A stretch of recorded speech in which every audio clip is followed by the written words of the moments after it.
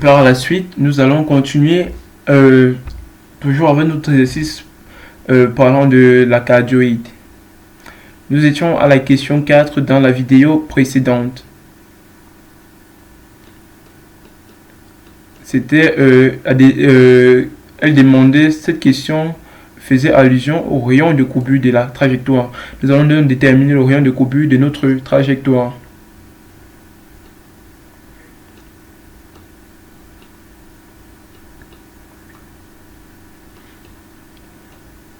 Le rayon de courbure. Le rayon de courbure, par définition, est le rapport de la norme du vecteur vitesse au cube sur la norme du produit vectoriel du vecteur vitesse par le vecteur accélération. C'est-à-dire RC, c'est V cube sur V vectoriel gamma, où V c'est le vecteur vitesse et gamma vecteur accélération. Bien sûr, nous parlons des normes. Déterminons la norme du vecteur vitesse. Nous avons vu plus haut l'expression du vecteur vitesse. Pour le calcul de la norme, il nous suffit juste de prendre les composantes et les élever au carré et déterminer les racines carrées. Ce qui va donc nous donner, ici si on extrait b carré sur 4, b carré sur 4 fois oméga carré, ça va faire b sur 2 oméga, facteur de racine de sinus carré θ plus 1 plus cos θ au carré. C'est-à-dire b oméga sur 2 sinus carré θ plus 1 plus cos carré θ plus 2 cos θ, le tout à puissance 1 demi. Sinus carré θ plus cos carré θ vaut 1. Plus 1, ça va faire 2 facteur de... Ça va faire 2 plus 2 cos θ, c'est-à-dire 2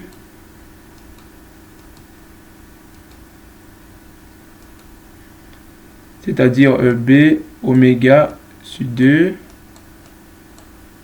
racine de 2 plus 2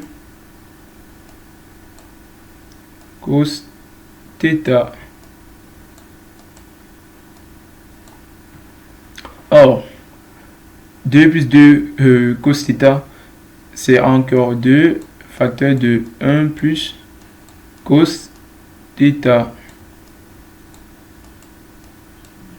Et dans la première partie, nous avons vu que ça faisait 4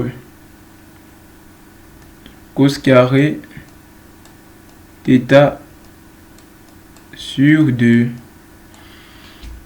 Parce que si nous multiplions par 2, et nous retranchons sur même 2, ça va faire 1 plus cos θ sur 2. Or, cos carré θ n'est rien d'autre que 1. Rien d'autre que 1 plus cos 2 θ sur 2. Par un changement de variable, nous constatons donc que cos θ sur 2, c'est 1 plus cos θ le tout sur 2.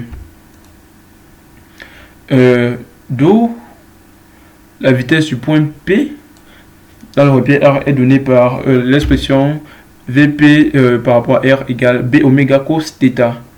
Ça, c'est la norme.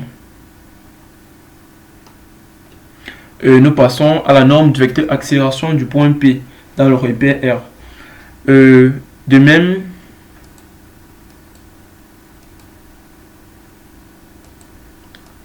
pour gamma de P dans R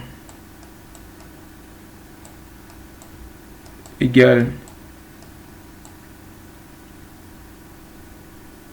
je vais ici appeler un petit gamma R porté par UR plus gamma θ porté par un Uθ. Sa norme gamma par rapport au repère R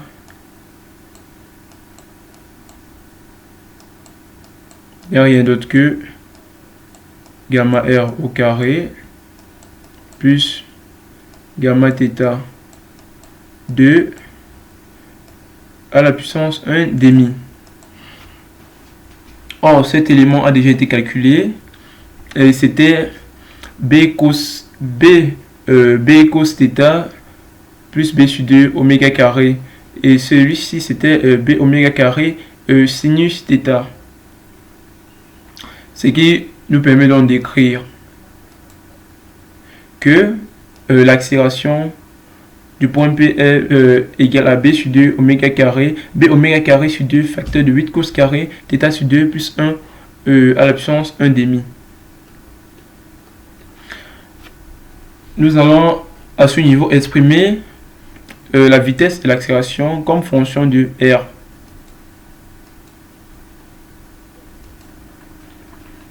Bon, comme nous l'avons dit, nous allons donc exprimer ici la vitesse et l'accélération en fonction de R, avec R égale B sur 2 facteur de 1 plus cos θ. On a R égale B sur 2 facteur de 1 plus cos θ. On voit à la relation R égale B facteur de 1 plus cos θ sur 2. R est donc égal à B cos carré θ sur 2. Ce qui renvoie à R sur B égale cos carré θ sur 2, c'est-à-dire cos θ sur 2 égale racine de R sur B. Cette relation.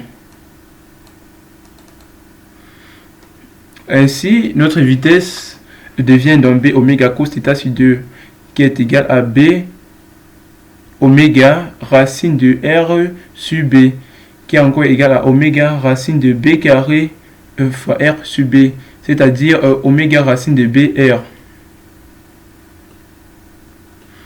Et notre accélération, notre norme du vecteur accélération du point B, c'est B oméga carré sur 2 facteur de racine de 8 cos carré θ sur 2 plus 1. Or, cos θ sur 2 c'est racine de R sur B. Ça veut dire que cos carré θ sur 2 c'est R sur B. Ça va donc faire B oméga carré sur 2 racine de 8R sur B plus 1. C'est-à-dire,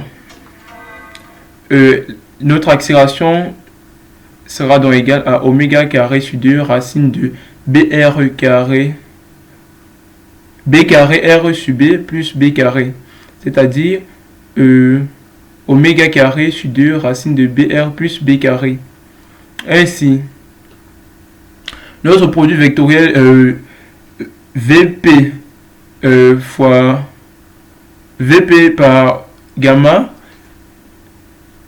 n'est rien d'autre que 1K epsilon, avec epsilon égale à oméga racine de BR fois oméga carré sur 2 racine de BR plus B carré.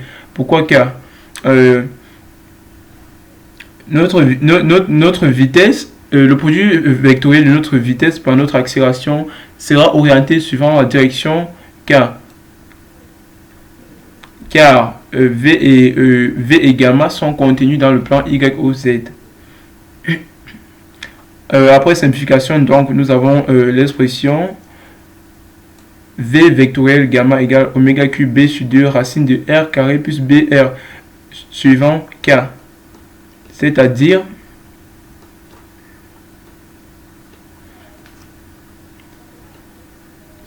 V vectoriel gamma égale oméga cube B sur 2 racine de B carré sur 4 facteur de 1 plus cos carré, facteur de 1 plus cos θ le tout au carré, plus B carré sur 2 facteur de 1 plus cos θ suivant la direction K.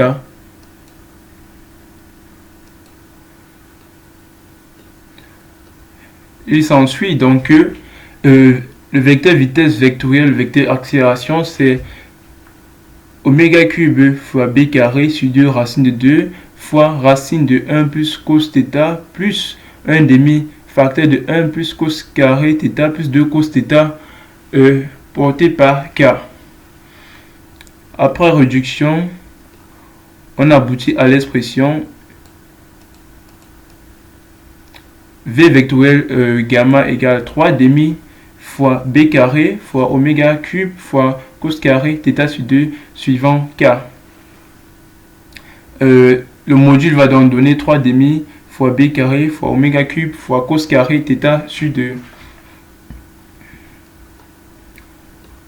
On déduit donc que notre rayon de courbure qui était donné par l'expression V cube sur V vectoriel gamma égale 2 tiers fois B fois cos θ sur 2. Nous passons à la détermination des vecteurs de la base de Fresnel, c'est-à-dire les vecteurs tau, n et bêta. Déjà, ce qu'il faut savoir, c'est que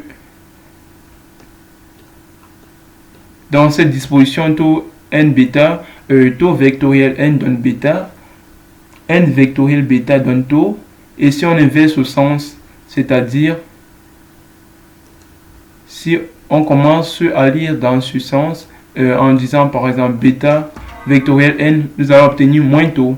Donc dans ce sens, les résultats sont obtenus avec un moins, et dans ce sens, les résultats sont obtenus avec un plus. Bien sûr, quand la base a été notée dans l'ordre, c'est-à-dire dans le sens direct. On sait que le vecteur vitesse s'écrit comme la norme du vecteur vitesse fois le vecteur tangent à la trajectoire, c'est-à-dire tau. Ça veut donc dire que tau peut s'écrire comme vecteur v sur sa norme.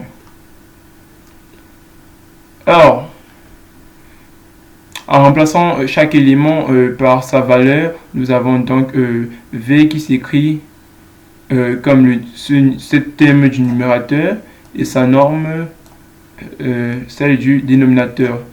Après réduction, nous aboutissons donc au résultat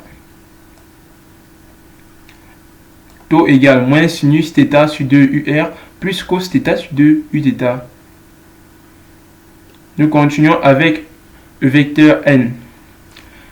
Déjà, nous constatons que le point P effectue son mouvement dans le plan YZ. Ça veut dire que le vecteur normal à la trajectoire est un vecteur de ce plan, et le vecteur tangent à la trajectoire est aussi un vecteur de ce plan. Or, la binormale est le vecteur perpendiculaire au vecteur de base de ce plan. Ça veut dire que nous pouvons considérer notre bêta comme étant égal à K, vu que K est perpendiculaire au plan YOZ et que les vecteurs n et tau sont les vecteurs de ce plan.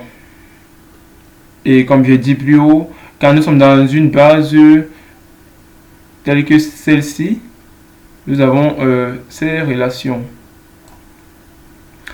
Nous passons maintenant à la détermination de n. Par la définition de la base de Fresnel, n s'écrit comme bêta vectoriel tau. Or, bêta égale k, ça veut dire que n peut s'écrire comme k vectoriel tau. C'est-à-dire k vectoriel tau que nous avons calculé plus haut. Ici, nous avons trois vecteurs de base, le vecteur k, le vecteur UR, le vecteur Uθ. Le produit vectoriel de k par UR, c'est dans le sens direct. K par UR, ça va donc faire Uθ. Ça va donc faire moins sinus θ sur 2 Uθ, c'est-à-dire cet élément. Ensuite, plus k vectoriel Uθ. K vectoriel Uθ, c'est dans le sens indirect. On aura donc k vectoriel Uθ, ça va faire moins UR, c'est-à-dire moins cos θ sur 2 UR, qui est cet autre élément.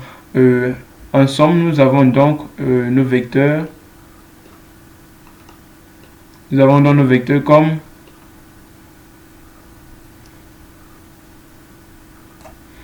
tau et qui s'écrit comme moins sinus θ sur 2 UR plus cos θ sur 2 Uθ. Bêta qui se confond à k avec k correspondant à 0, 0, 1. Et notre vecteur n qui vaut moins cos θ sur 2 UR moins sinus θ sur 2 Uθ. Nous passons au calcul des accélérations normales et tangentielles données respectivement par gamma n et gamma taux de P.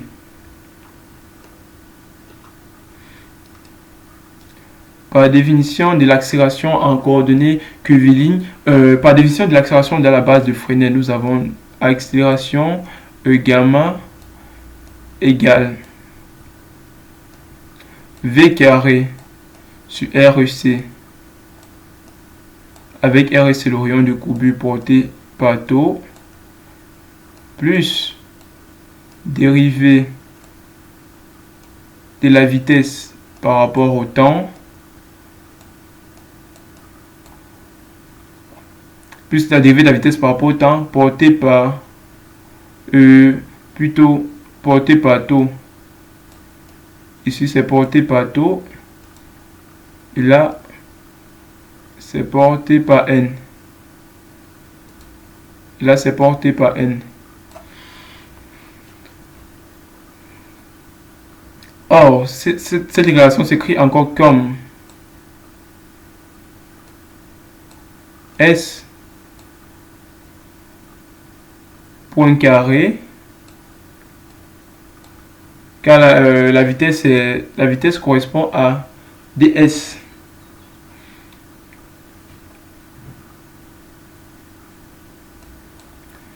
sur le rayon de courbure RC porté par n plus là nous avons S point point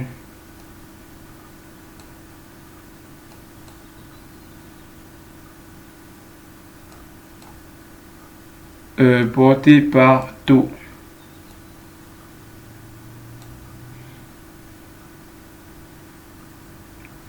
Là, c'est l'accélération dans la base de Fresnel.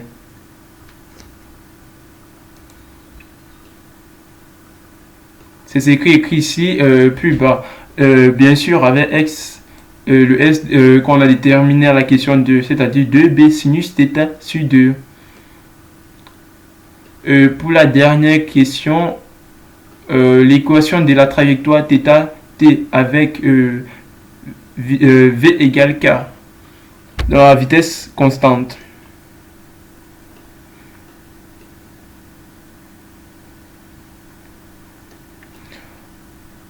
Déjà, nous savons que notre vitesse dans le système de coordonnées cylindriques s'exprime comme un VR plus un Vθ plus Vz. Or, en polaire, la dernière composante est nulle, c'est-à-dire nous aurons notre vecteur vitesse V s'écrivant comme VR Vθ 0. Or, VR c'est R point UR, c'est-à-dire dr UR plus R dθ Uθ. Où R s'écrit comme B sur 2 facteur de 1 plus cos θ.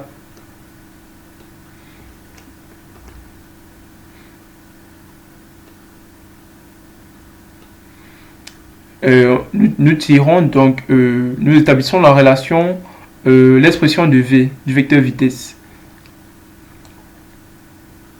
Ça va faire moins B oméga sur 2 sinus θ UR plus B sur 2 oméga facteur de 1 plus cos θ Uθ. Ensuite, nous passons au calcul de sa norme. Ça va donc faire V égale moins B θ point sur 2 sinus θ le tout au carré plus B θ point sur 2 facteur de 1 plus cos θ le tout au carré à la puissance 1 demi